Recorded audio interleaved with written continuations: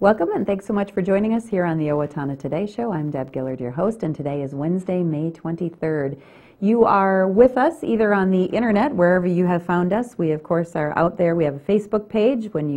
If you find us that way, go ahead and like us, and then you'll get notification when we have our new programs uploaded that we've recorded. And you can also find us if you just kind of Google us or go to YouTube. I think you can get our programs in any of those ways. And of course, we originate in the Owatonna area on Charter Cable Channel 8, and so you may be watching us there as well. But a lot of opportunities for students that are away at school, people that go down south for the winter, or maybe traveling or have moved away. If they want to keep in touch with what's going on in Owatonna, let them know about the ways that they can find us out on the internet as well.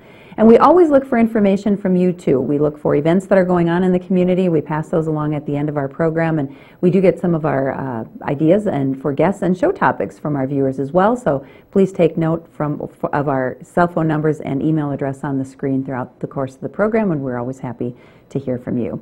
We have a great program for you today. We'll be coming back from our first break and talking with Margaret Michaletz, and it's called the Minnesota Idea Open Challenge, if I got that right, and she'll confirm if I did or not, but a neat program that's all rolled in with our Steele County Historical Society and Margaret's involvement in it, so we'll get to that. A little bit later on in the program, we'll be talking about our local SCAT Bus and a proposed new schedule and all that goes into that and has gone into the planning for that. So let's take this first break for our supporters, and we'll be coming right back. Stay with us. Hello, I'm Shawn McNulty with the Sterling House Assisted Living, a part of Brookdale Senior Living. Our mission is to enrich the lives of those we serve with compassion, respect, excellence, and integrity. We are a proud sponsor of the Owatonna Today Show. Hi, I'm Dr. Beth Giltfett of Horizon Eye Care Professionals, eye care you can trust. We're proud supporters of Owatonna Today. Hi, I'm Glenn Mager. And I'm Tim Thomas of the Brick Mager Funeral Home, and we're proud to serve the Medford and Owatonna areas with cremation and traditional funeral services. And we're proud to be a part of the Owatonna Today Show. Welcome back, and again, thanks for joining us on this Wednesday, May 23rd. We welcome in studio Margaret Michaletz. How are you, Margaret? Great. How are you? Very good, thank you. It's and wonderful thank you for having me here. Oh, well, absolutely. This is very exciting. We're going to lead into all the things that are going on and how we can get people to vote and all sorts of things there. But just a little bit about yourself. We were just visiting before we went on camera about our length of time in the area, and you start to feel like you're kind of homegrown when you've been here for a while. Right. I moved here. We moved here in 1960. Okay. I'm originally from the New Ulm area. Okay, still southern Minnesota. So I've spent a lot of years here, yes, and I've worked in our family businesses throughout the years, okay, but I'm trying to keep retired now. But no shortage of things to do. I know you've been actively involved with the Steele County Historical Society for quite some time. Yes, I have been. I'm a volunteer there, and that kind of leads us into this little project. Well, actually, while I was on the board, Laura used to always say, we need an oral history program. Mm-hmm. So in 2009, we started an oral history program, and we have a committee. We work together on that. Okay. And we've done some interesting people's memories, yes. And now the concept of oral history, just so our viewers understand what we're trying to capture there, is people's memories while we can still get them from them personally, correct? Right. It's your memories, and whether you're 100% accurate or not isn't the important thing. We're recording with a video, so they're on camera, mm-hmm, what the people remembered. Yes. And we try to deal with everybody's life is interesting, mm-hmm, but we try to deal with social issues. Sure. So that the effects that it has on Steele County, mm-hmm, things like the rural electrification of Steele County. Oh, sure. Huge difference.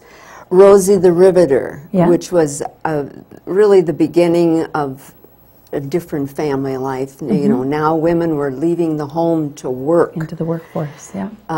Things like that. I imagine it's been fascinating. Veterans, World War II, we've done quite a few of those now, so we need to move on to Korean and Vietnam Okay. War veterans. How many do you think you have under your belt there? In We the oral probably history? have 30 Okay. archived so far. Okay. Yeah. So I'm guessing, and that's not the focus of our program today, we're going to move on to what is more the focus, but if someone knows of someone or has an interest in the oral history program, Yeah. give the Historical Society a call, I'm guessing? Yes, call Laura, because we're always looking for people to help us on the committee. It's a little time intensive, you know, you have to do research and kind of establish a relationship Sure. with the person before you can really sit down with that person. So anyone that's interested, and then we're always looking for camera operators. Oh, okay. All right. So we all the need people two that are- people to do all of these Okay. interviews, Okay. you know. So some volunteer help needed. So if we have some camera operators that are looking to do some work to kind of build a resume or a portfolio of some of Yeah. the work that they might be going into, or I want to do it as a hobby or just have some interest. It's funny, I think, because people, you know, and I know this from talking with my grandma at one time before she passed away, you know, have a tendency to poo-poo our own lives and say, well, that's not of any interest to anybody. But the thing is, it is very interesting to find out these individual stories. And what someone might think is, well, my story is going to be the same as theirs. They're really not. No. There is a different perspective that they all are coming to the same, potentially kind of the same place, but Right. it's a different story. Right, and you know how interesting history is to us now, so that's how it will be in 100, 200 years when people view the videos that we are preparing right now. That we're doing. So that kind of led you into this project. And so let's talk about specifically the Minnesota Idea Open Challenge. So you were a part of this oral history and you were working on this, and then you found out about this. Actually, in our committee meetings, we talked about recent immigrants, Okay. that we as a historical society have nothing on them. Okay. You know, we haven't collected artifacts, we haven't recorded anything.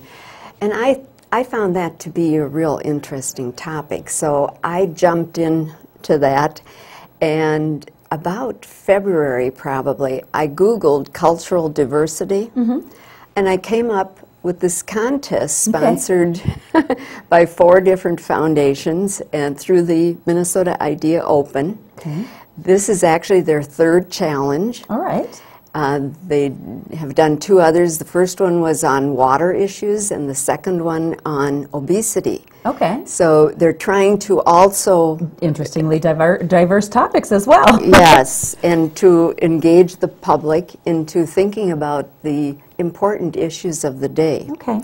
One thing that I need to know, when you say recent immigrants, and we were just chatting about this again ahead of going on the program, you're talking about the last 75 years. And for some of us, we might not think that that's recent, but in the scope of history, it really It is, yeah.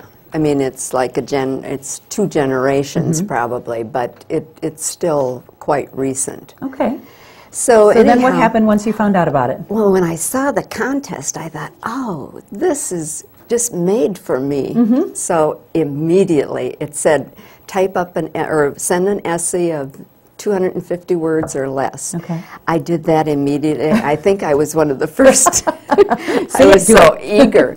So then they received 600 or over 600 Oh my.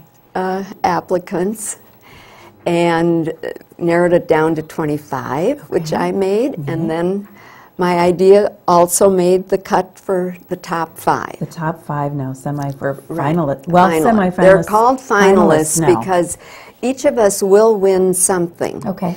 Now it's up to the general public to vote for the best idea to work together across cultures and faith. Okay, That's that is the theme. the big broad thing. Okay.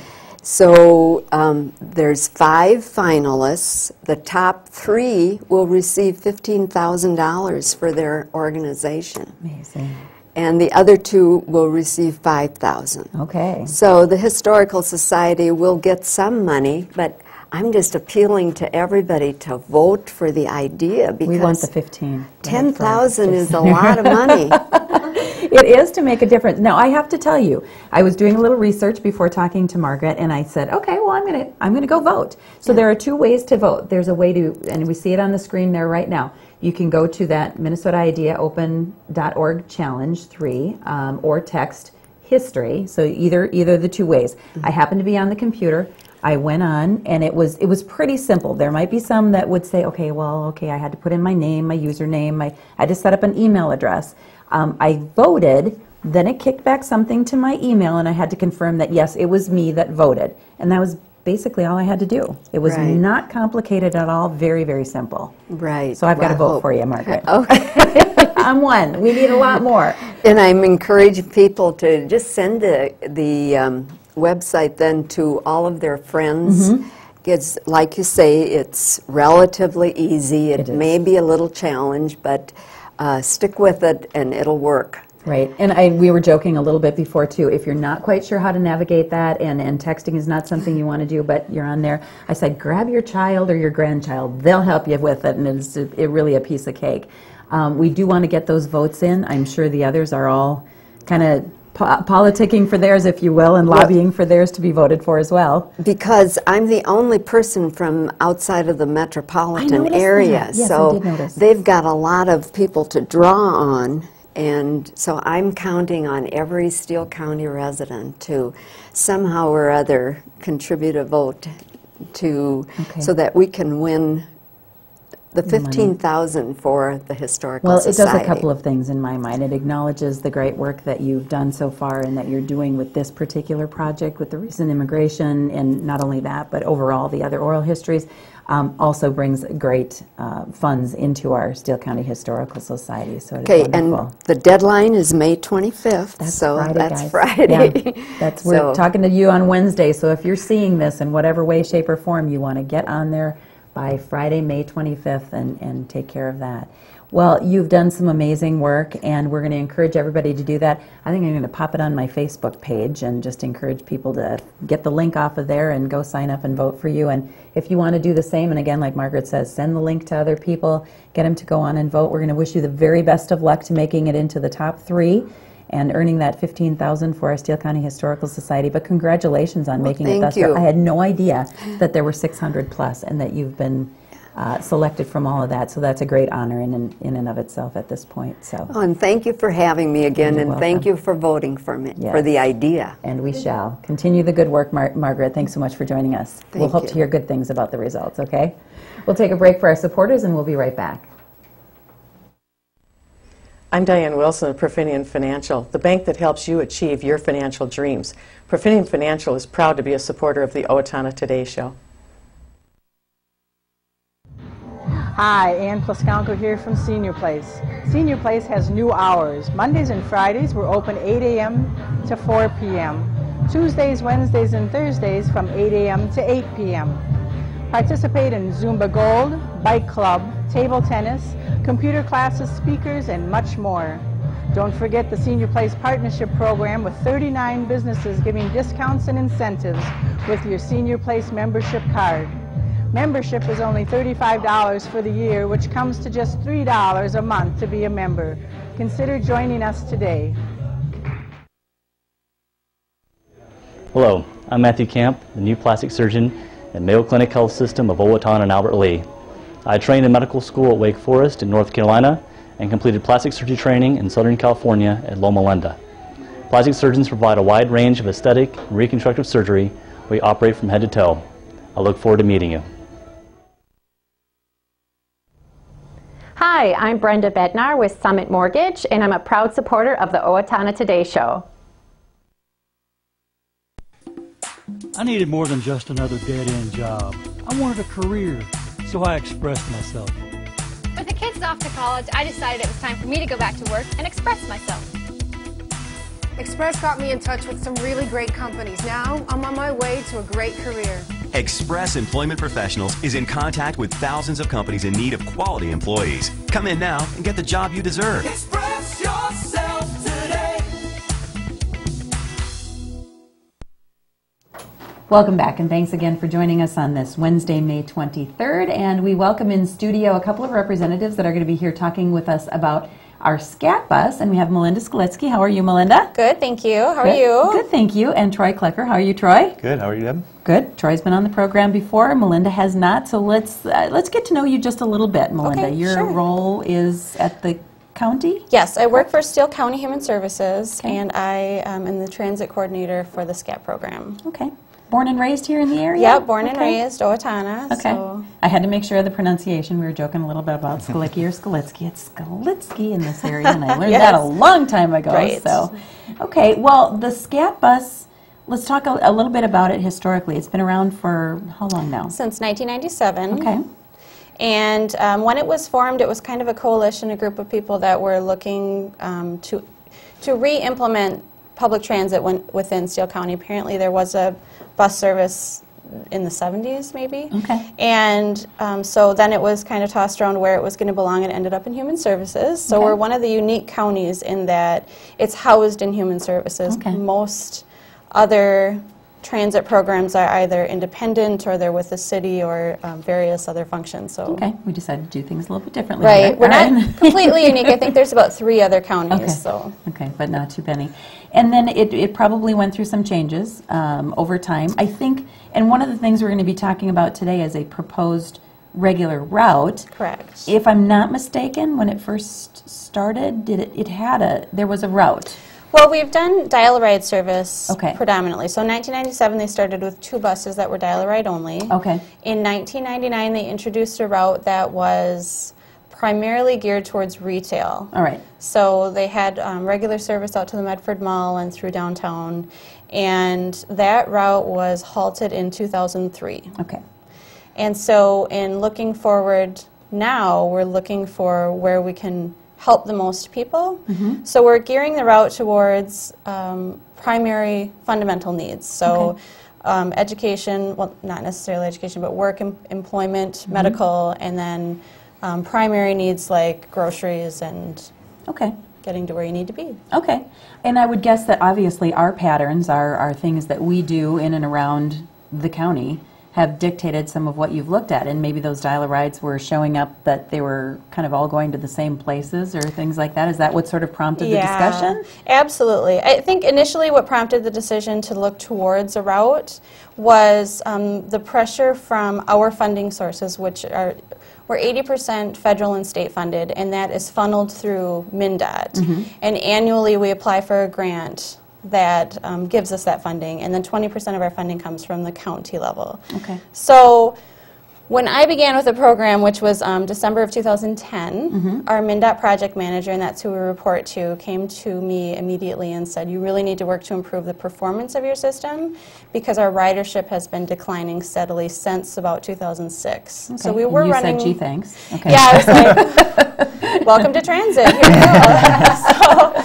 So that was 2006. We were running about 60,000 rides a year. Okay. And last year we did about 48,000 rides a year. So significant decline in our service levels. So we really need to work on improving those.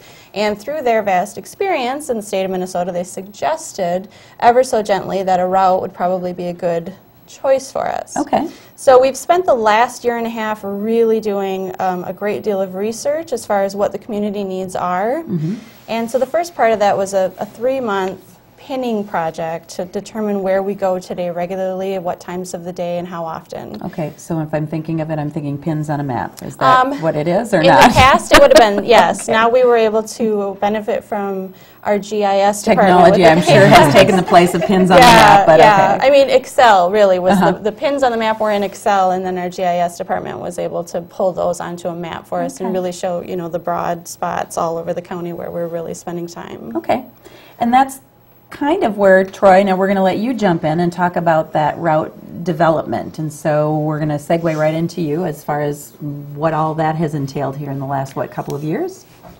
Well, we've really only been working on this for a few months here. It's kind of a fast track to get this all pulled together and get this started for September here. But like Melinda said, we took a look at where the main users of the SCAT bus are right now, and we tried to make sure that they were on the route. And in order to make the transit system more efficient, the more people we can get to ride on the route frees up the other buses to do the dial-a-ride. So there's 3 buses, 2 of them will still be doing dial-a-ride, and 1 bus will be taken off and used for the route here. So the more people we can get on the route, the more time will be available for the other 2 buses to do the dial-a-ride, and we can service more people that way. Okay. So really taking a look at that data and seeing where those people that we serve now are and making sure that they're on the route is really how this all came about. Does it help you to hold up the map so our viewers can look at it a little bit? If you hold it up kind of straight in front of you, and what does it, is the route the blue area that we kind of see following around so here? It's a circular loop route. There's 15 stops, and there are a number of kind of high density residential areas where stops will be made, as well as some primary commercial stops. So. Although this is not retail oriented like the previous bus route was, it does hit all the major commercial areas at least 1 stop. So we have one downtown, one on the south end, one on the north end, and then in the Walmart and Bridge Street area. So we do hit all the commercial areas, and that's so that people can get to their jobs as well as picking up groceries or other items that they want. So. About medical services, are you finding that plays a big part of it into the hospital and clinic? The clinic is a major stop for SCAT, and so that is on our route as well. Yeah, that's their big user. So my guess is then with established routes, and right now everybody's doing dial-a-ride and it's all over the map, so to speak, and I really wasn't intending to make that pun, but I did. That's good. Once the route is established, then people can actually maybe coordinate their appointments, if you will. I'm talking kind of clinic and things like that. They can coordinate their day then around the route. Is that's the hope then? Yeah, absolutely. Okay. So what we decided early on with the subcommittee was it was critical that the route was an hour and no longer than an hour, so that our stops can be the same location at the same minute marker every hour. So for instance, we'll be running the route from 7 a.m. to 5 p.m. We'll be at the clinic on the 4s of the hour, so 7:04, 8:04, 9:04, 10:04. So appointments can definitely be scheduled based on that. Very nice. Okay. This was no small feat to get accomplished, I'm guessing. Huge project, yes. Okay. So, and you're going to be implementing this when? You mentioned September. Right, September after Labor Day. And so there'll be a learning curve for people to understand, you know, when the buses will be at their stops, and, you know, at certain minutes after the hour, it'll regularly stop there. They can also coordinate the dial-a-ride to help them get to maybe other spots that are maybe not on the route. So there are a couple different options, and it's going to be a little learning curve